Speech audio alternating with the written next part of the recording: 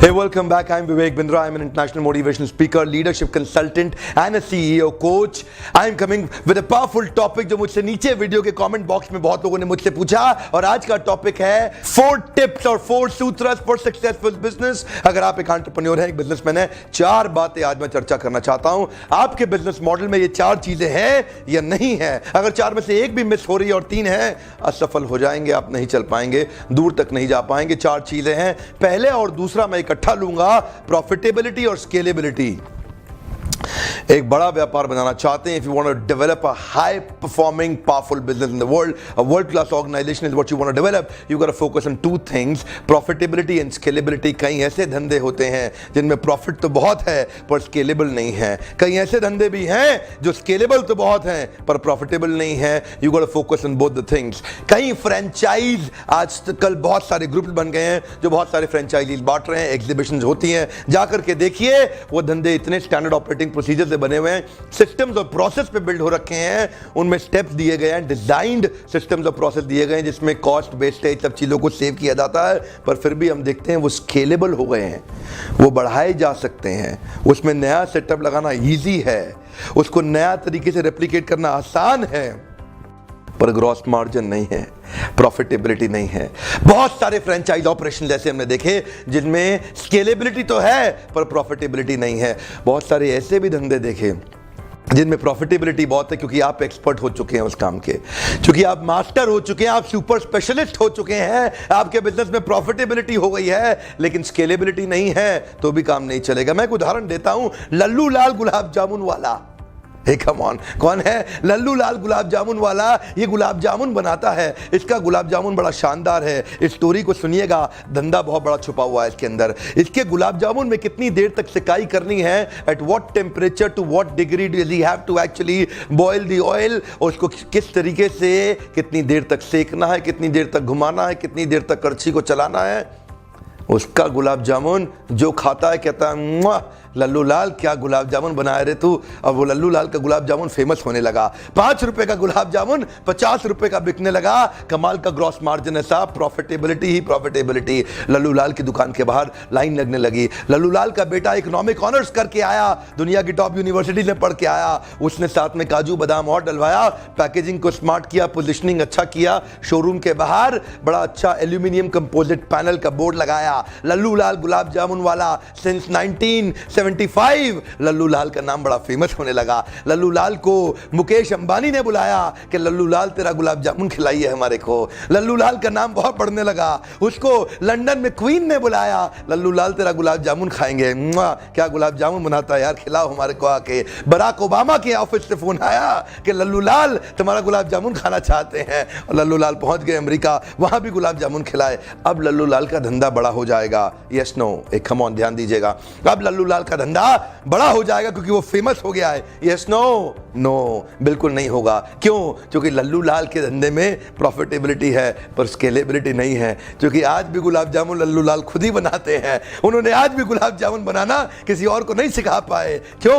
क्योंकि लल्लू लाल standard operating procedure नहीं बना पाए। क्यों? क्योंकि वो प्रोसेस नहीं डेवलप कर पाए, इसीलिए उनके धंधे में स्केलेबिलिटी नहीं है। लल्लू लाल अपनी एक्सपर्टीज पे चलते आ रहे थे। आज भी जब दूसरा आदमी गुलाब जामुन बनाता है तो वो स्वाद नहीं आता, जैसे ही दूसरा आदमी अपना हाथ लगाता है वो स्वाद नहीं आता। लल्लू लाल कब तक गुलाब जामुन बनाएंगे और बेटा कब तक वो बोर्ड लगा के कमाएगा? प्रॉफिटेबिलिटी है, हाँ है, बिल्कुल है, मैं मानता हूं है, पर स्केलेबिलिटी नहीं है। आपके धंधे में क्या है? प्रॉफिटेबिलिटी है और स्केलेबिलिटी क्या दोनों है? स्केलेबिलिटी का अर्थ है कितना स्केल अप कर सकते हैं ऑपरेशंस को, और ऑपरेशंस को स्केल अप करने के लिए क्या चाहिए? स्टैंडर्ड ऑपरेटिंग प्रोसीजर्स चाहिए, वो प्रोसेस चाहिए आपको वो कंटिन्यूअस रिपीटेबल प्रोसेस चाहिए कि उसको कोई भी रिपीट कर दे। यानी कि लल्लू लाल को एक मैनुअल तैयार करना पड़ेगा, कितनी देर तक गुलाब जामुन को सेकना है, कितनी चीनी डालनी है उसके अंदर, आग कितनी डिग्री कितनी गर्माहट पे चलनी चाहिए, समय कितना लेगा, खर्ची कितनी बार घुमाएगा, उसको एक मैनुअल तैयार करना पड़ेगा, स्टैंडर्ड ऑपरेटिंग प्रोसीजर तैयार करना पड़ेगा, एक प्रोसेस बनाना होगा लल्लू लाल को। और जब वो प्रोसेस बन जाता है वो बन जाता है रिपीटेबल, कम ऑन, क्या बन जाता है? रिपीटेबल बन जाता है। इसका अर्थ क्या है? उसका मैनुअल पढ़ के कोई भी आदमी दुनिया में कहीं पे भी वो गुलाब जामुन बना देगा। क्या अर्थ है? आज दुनिया में कहीं ना कहीं हर समय किसी ना किसी समय में कोई ना कोई लल्लू लाल का ब्रोशर पढ़ के उसका मैनुअल पढ़ के गुलाब जामुन बनाया जा रहा है और गुलाब जामुन बिके जा रहा है। उसको बोलते हैं रिपीटेबल प्रोसेस, उसमें स्केलेबिलिटी है। स्केलेबिलिटी का महत्वपूर्ण हिस्सा है ट्रांसपेरेंसी। धंधा ट्रांसपेरेंट होना बहुत जरूरी है। जिस आदमी का धंधा ट्रांसपेरेंट नहीं होता उसको स्केलेबल करना बहुत कठिन है, क्योंकि लाला जी गल्ले पे बैठ के नोट गिनते रहेंगे। कैश किसी और के हाथ में नहीं दिया जा सकता, उसमें लाला जी या लाला जी का रिश्तेदार ही बैठेगा, क्योंकि उनको किसी और पे ट्रस्ट नहीं है। और इसके कारण सिस्टम नहीं बनेगा, प्रोसेस नहीं बनेगा। आपका धंधा बार बार आपको पुकारेगा। प्रोसेस ओरिएंटेड धंधा केवल सफेद का धंधा होता है, it is only white business. ये कैशलेस बिजनेस होता है। और तो और अगर बिजनेस ट्रांसपेरेंट हो गया और टोटल व्हाइट हो गया, मोदी सरकार तो क्या, कोई सरकार आपका कुछ बिगाड़ नहीं सकती। डिमोनेटाइजेशन आपको बर्बाद नहीं कर सकता। इनफैक्ट अगर कैश कम भी हुआ, लेकिन अगर ट्रांसपेरेंट बिजनेस हुआ तो प्राइवेट इक्विटी आपके पीछे घूम सकती है। बैंक आपको आसानी से लोन देगा। फंडिंग एजेंसीज भी आपके साथ खड़ी होंगी। वेंचर कैपिटलिस्ट से आपको जब पैसा चाहिए आपको मिलेगा। कभी भी आप आईपीओ निकाल सकते हैं। काले धंधे को बढ़ाना मुश्किल है, स्केलेबिलिटी नहीं है। सफेद के धंधे में स्केलेबिलिटी है। आज मॉडल चेंज करना बहुत जरूरी है। डिमोनेटाइजेशन के बाद धंधा व्यापार करने का तरीका बदल लो, पुराने तरीके पे आगे नहीं बढ़ पाओगे। तो धंधे की पहली दो चीजें बड़ी important in your business. Do you have these two things? You got both of these two things. One is profitability, second is scalability. बाकी दो समझनी बड़ी आसान है। थर्ड है स्पीड ऑफ ट्रांजैक्शन। ये बड़ा इंपॉर्टेंट पॉइंट है, थोड़ा क्रिटिकल है समझने में।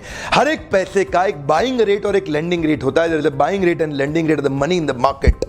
When you buy the money in the market, तो every capital expense, whether it's a capex और an opex, you have to account for the cost of the speed of transaction.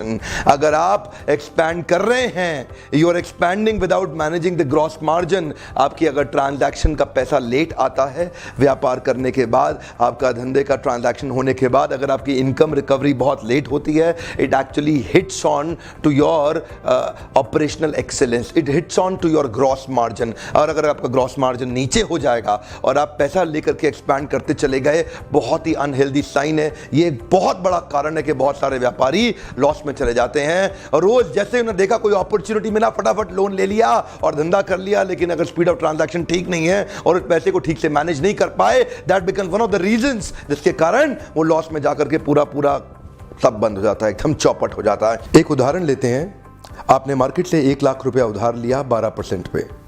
आपका margin था 20%, पर आपकी cost of capital थी 12%। अगर माल बेचने पे आपका डेटर आपको पैसा देर से देता है तो आपका डेटर टर्नओवर रेशियो बढ़ जाता है। डेटर टर्नओवर रेशियो बढ़ने से आपकी कॉस्ट ऑफ कैपिटल और महंगी हो जाएगी। क्यों? क्योंकि कलेक्शन डिले हो गया है। इससे आपके व्यापार में कैश फ्लो स्टेटमेंट बनता है। अगर आपकी पेमेंट की रिकवरी बहुत डिले हो गई है तो आपका कैश आउटफ्लो तो बढ़ रहा है, पर कैश इनफ्लो घट रहा है, जिसके कारण आपकी कंपनी में कैश डेफिसिट हो जाएगा। इसीलिए हम बोल रहे हैं expansion without gross margin is committing suicide. Why? Because there is no speed of transaction. Actually लंबे समय तक अगर कैश आउटफ्लो बढ़ता रहे और कैश इनफ्लो घटता रहे, पेमेंट आए नहीं और आपका खर्चा होता चला जाए, तो आपकी कॉस्ट ऑफ कैपिटल एक चक्रवर्ती ब्याज के रूप में आपके धंधे को खराब कर देती है। So one more time, expansion without managing your gross margin is committing suicide। अगर आपका ट्रांजैक्शन तेज हो रहा है, रियल एस्टेट के धंधे में बहुत दिक्कत आ गया, कैपिटल एक्सपेंडिचर इतना कर दिया, बड़ा लैंड लिया, बिल्डिंग तैयार कर दिया, बिकने में बहुत समय लग गया, लोगों से पेमेंट आने में बहुत टाइम लग गया, और उस पैसा जो आया था उन्होंने उसको कहीं और इन्वेस्ट कर दिया। वही कारण है कि रियल एस्टेट कंपनीज में आज हिंदुस्तान के अंदर इतना बड़ा रिसेशन, इतनी बड़ी प्रॉब्लम, बहुत से रियल एस्टेट के लोग खत्म हो गए, बर्बाद हो गए, दिवालिया हो गए, भाग गए, लोगों को उनकी प्रॉपर्टी नहीं दी। क्यों? क्योंकि उन्होंने इसको अकाउंट ही नहीं किया। Speed of transaction is very important. और आज का मेरा चौथा पॉइंट है competitive advantage. What is that one special thing that you have in your business that your competitors are not having? दुनिया भर की डीलर डिस्ट्रीब्यूटर कॉन्फ्रेंसेस करता हूं मैं, कॉम्पिटिटिव एडवांटेज पे ही बात करता हूं। ऐसा लगभग कोई बड़ा कॉर्पोरेट नहीं है हिंदुस्तान में जिसके लिए मैं प्रोग्राम्स नहीं कर रहा या जिसके लिए मैं लीडरशिप डेवलपमेंट नहीं कर रहा। ऑफ कोर्स ये वीडियोस हिंदी में मैं इसलिए बनाता हूं ताकि हिंदुस्तान की आम जनता को भी एम्पावर कर सकूं। ये बिजनेस मॉडल मॉडल की जो 4 बातें बताई है ना, do not take them ordinary. ये 4 चीजों को ध्यान रखना अपने मॉडल को सेव करने के लिए।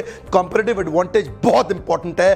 पृथ्वी के इतिहास में अगर कोई भी फर्स्ट जनरेशन एंटरप्रेन्योर लखपति से करोड़पति बना है, करोड़पति से अरबपति बना है, अरबपति से खरबपति बना है, तो वो केवल कॉम्पिटिटिव एडवांटेज के कारण बना है। ये जो कॉम्पिटिटिव एडवांटेज होता है ना, ये आपको वो एडवांटेज दे देता है। जानते हैं, अगर एक लाल समुद्र में जहां सारी मछलियां एक दूसरे को काट रही हैं, पीट रही हैं, खूनम खून हो चुका है, इसको बोलते हैं रेड ओशन, जहां पे सब लोग अपना अपना मार्केट शेयर कैप्चर करने की कोशिश कर रहे हैं, सब एक दूसरे को काट रहे हैं, पीट रहे हैं, खून चूस रहे हैं, कोई किसी को खा रहा है, कोई किसी को खा रहा है। आजकल बड़ी मछली छोटी मछली नहीं, आजकल छोटी मछलियां मिलकर बड़ी मछली को खाने की फिराक में हैं। इसको बोलते हैं रेड ओशन, जहां बहुत कंपटीशन है। कॉम्पिटिटिव एडवांटेज ये वो एक चीज है जो आपको इस रेड ओशन से ब्लू ओशन में ले जाएगा।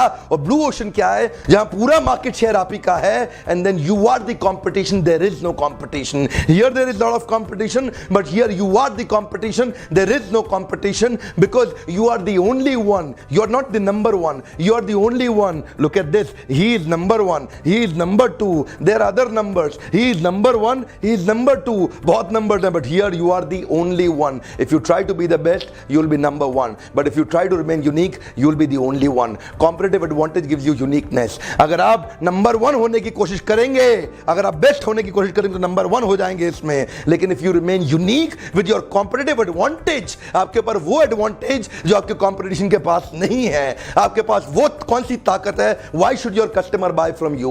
क्यों आपका कस्टमर आपसे खरीदे? क्या एक्सपीरियंस आप उसको दे रहे हैं? आप उसकी कौन सी प्रॉब्लम सॉल्व कर रहे हैं? What problem are you solving in his life? अगर वहां से आप शिफ्ट होकर के ब्लू ओशन में आ गए, there is no competition sir, you are the only competition. Market तो घूमते घूमते आपको देख के बाद में फॉलो करेंगे लोग। कॉम्पिटिटिव एडवांटेज इतना बड़ा टॉपिक है कि मैं इसी के ऊपर एक आधे घंटे का वीडियो बनाने वाला हूं बहुत जल्दी। इसे कॉम्पिटिटिव एडवांटेज ही अगर मेरे को समझाना पड़ा, बहुत समय जाएगा, बहुत समझाना पड़ेगा। क्यों? क्योंकि कॉम्पिटिटिव एडवांटेज के कारण व्यक्ति फर्स्ट मूवर बनता है। First mover and fast mover है। Come on, first mover and fast mover. Maruti Suzuki को मिला के आज 19 कार मैन्युफैक्चरिंग कंपनीज हैं हिंदुस्तान के अंदर। फर्स्ट मूवर है मारुति। आज भी 50% शेयर मार्केट में मारुति का है और बाकी 18 गाड़ी बनाने वाली कंपनियों का मिला के 50% मार्केट शेयर है। साहब, first mover, fast mover. You know क्या कहते हैं आज? गाड़ी का मतलब मारुति सुजुकी, टूथपेस्ट का मतलब कोलगेट, ठंडा मतलब कोका कोला, पानी मिनरल वाटर मतलब बिस्लरी, नूडल मतलब Maggi. First mover and fast mover, ये उनको एडवांटेज तो मिलता ही है, लेकिन कब होगा? ये तब होगा जब आपके पास कॉम्पिटिटिव एडवांटेज शुरुआत में हो। शुरुआत में मार्केट का नीड आप समझें कि आपके इलाके में सबसे बड़ी कस्टमर की जरूरत क्या है जो और कोई नहीं सर्व कर रहा है, और आप सॉल्व करें। ये बड़ा टॉपिक है, समय लगेगा, पर अभी शॉर्ट में मैं आपको बताना चाहता हूं। Competitive advantage is about unique signature strength of your business. Big bigger biggest तो होता है, स्मॉल स्मॉलर स्मॉलेस्ट भी होता है, पर यूनिक यूनिकर यूनिकेस्ट नहीं होता। वो कौन सी आपकी यूनिक सिग्नेचर स्ट्रेंथ है जो आपके किसी कॉम्पिटिटर के पास नहीं है? कॉम्पिटिटिव एडवांटेज एक्चुअली 2 तरह की होती है, एक कॉस्ट एडवांटेज और दूसरा डिफरेंशिएशन एडवांटेज। कॉस्ट एडवांटेज का मतलब है आपके पास भी वही प्रोडक्ट है जो बाकी सबके पास है, लेकिन लोअर प्राइस पे है। और डिफरेंशिएशन एडवांटेज वो होता है आपके पास एक ऐसा यूनिक प्रोडक्ट है जिसको आप एक प्रीमियम प्राइस पे बेच सकते हैं। आपको डिस्काउंट देने की जरूरत नहीं है, क्योंकि आपका प्रोडक्ट एक यूनिक प्रोडक्ट है जो आपको एक डिफरेंशिएशन एडवांटेज देता है। कॉम्पिटिटिव एडवांटेज ही है जो आदमी के धंधे को कई गुना ऊपर ले जाता है। कि ये 4 चीजें आपके बिजनेस मॉडल को सेफ कर देती हैं। सारे व्यापारी आज डूब रहे हैं, बर्बाद हो रहे हैं, जिनको मुझे देख के दुख लगता है। इसलिए मैं आज इतने वैल्यूएबल वीडियोस फ्री में देना चाह रहा हूं आपको, आपका फायदा हो जाए, उसी में मेरा फायदा है। कोई मुझसे पूछ रहा था, बिंद्रा जी वीडियो की रॉयल्टी मिलती है क्या? अरे रॉयल्टी नहीं चाहिए, आप लोगों की लॉयल्टी चाहिए, और वही लॉयल्टी, वही प्यार। आप मेरे मकसद को ज्वाइन कर लीजिए, हिंदुस्तान को एम्पावर करने के लिए, कि यहां का कोई बिजनेसमैन अगर आपका दोस्त है और वो अपने बिजनेस को बढ़ाना चाहता है, उसको ये 4 स्टेप जरूर शेयर करिएगा, उसका फायदा हो जाएगा। उसको व्हाट्सएप पे पर्सनल विंडो पे शेयर कर दीजिए, ग्रुप में डाल दीजिए, उसका बहुत फायदा होगा। ये 4 स्टेप फॉलो करके इसके ऊपर मैं एक और मैनुअल और एक वीडियो बनाने जा रहा हूं, जिसको देखने के लिए वापस आइएगा। आपसे मिलकर बहुत अच्छा लगता है, यकीन मानिए ये समय मेरा आप ही के लिए है। आपका बहुत बहुत धन्यवाद।